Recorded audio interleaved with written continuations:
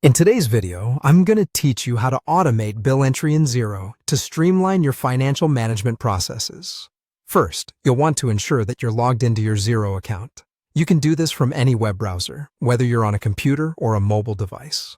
Once you're in, focus your attention on the navigation bar at the top of the page. This is your gateway to accessing all the features Xero has to offer. To get started, we're going to head over to the Business menu. This menu is quite versatile, providing options for everything from invoices to reports.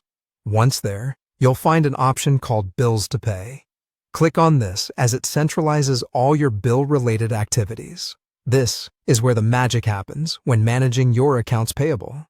From here, we are going to automate the entry of bills, a fantastic feature if you receive numerous invoices and want to save time on manual entry.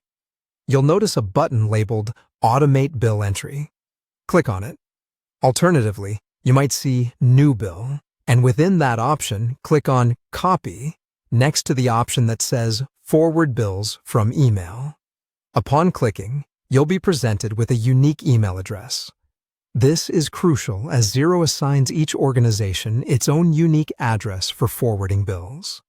This step effectively turns your email inbox into a seamless entry point for bills, something every busy entrepreneur or accountant can appreciate.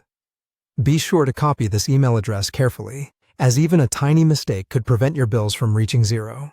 Once copied, switch over to your email client. Here, take a moment to create a new contact and paste the email address you just copied. It's helpful to save this contact with a name like Xero Bills or something equally descriptive.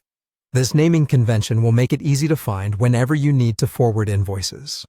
After setting up your email contact, return to Xero and navigate to the Draft tab, located within that same Bills to Pay section. This is where you'll find any newly created bills that have been forwarded from your email. Open the bill that has just been created.